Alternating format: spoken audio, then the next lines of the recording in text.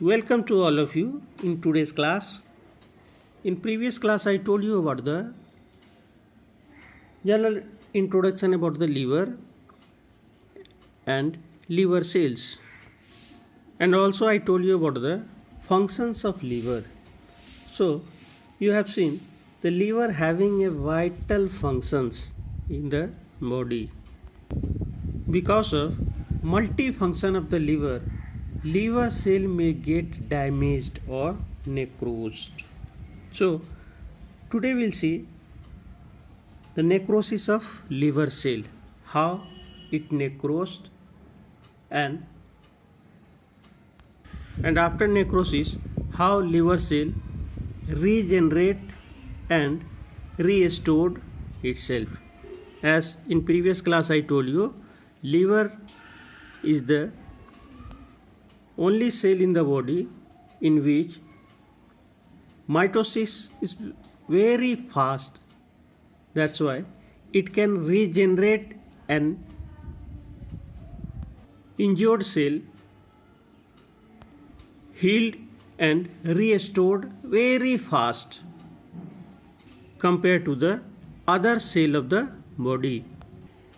Here I would like to mention one important function of the liver, that liver is the only cells in which if 75% liver cell are damaged, full regeneration may occur within 4 months. This is the peculiar feature. I told you, if 75% liver cell are damaged, it can regenerate and regain restored within 4 months. And if 90% cells of liver are damaged, it can do its function. So regeneration of the liver cell is very fast. It is because of each hepatocyte perform every function like synthesis, storage, metabolism, detoxification and excretion. Because of large group of function of liver cell, it may easily get necrosed. All forms of injury to the liver, such as microbiologic, toxic, circulatory or traumatic injury, result in the necrosis of the liver cell. Necrosis of the liver cell divided into 3 types: diffuse, zonal necrosis, and third one is focal necrosis. We'll see one by one. First one is diffuse necrosis. It is also called, it may be submassive to massive necrosis.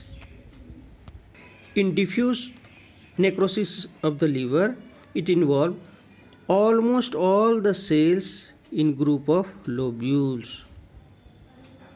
That's why it is called diffuse necrosis, because almost all cells are involved in this type of necrosis. Common causative factor for diffuse necrosis is, it may be due to viral hepatitis or drug toxicity. Here you can see in the figure, complete liver cell have divided into 3 zones. Zone 1, which is the outermost, zone 2, middle side part of the liver, and zone 3, it is the central part of the liver. Here in zone 3 you can see central vein are located. It is called hepatic venules. If any obstruction or any disorders occurs in the central vein, it can cause diffuse necrosis of the liver cell. Next one is mid-zonal necrosis. It is uncommon and involves zone 2 of hepatic lobules. This pattern of necrosis of liver seen in yellow fever and viral hepatitis. Next we will see the third one, peripheral necrosis. Peripheral means outer surface. Name itself indicating about the necrosis area peripherally. It is located in the zone 1. It involving the parenchyma close to the arterial and portal blood supply. The most common causative factor for peripheral necrosis is phosphorus poisoning and eclampsia. These are the common causative factor. Next, third one we'll see about the focal necrosis. Focal means necrosis may occur in the here and there in the liver. It involves a small group of hepatocytes irregularly distributed in the hepatic lobule. Focal necrosis is most often caused by microbiological infection. This includes viral hepatitis, miliary tuberculosis, typhoid fever, and various other forms of bacterial, viral, and fungal infection. Focal necrosis may also occur in drug-induced hepatitis.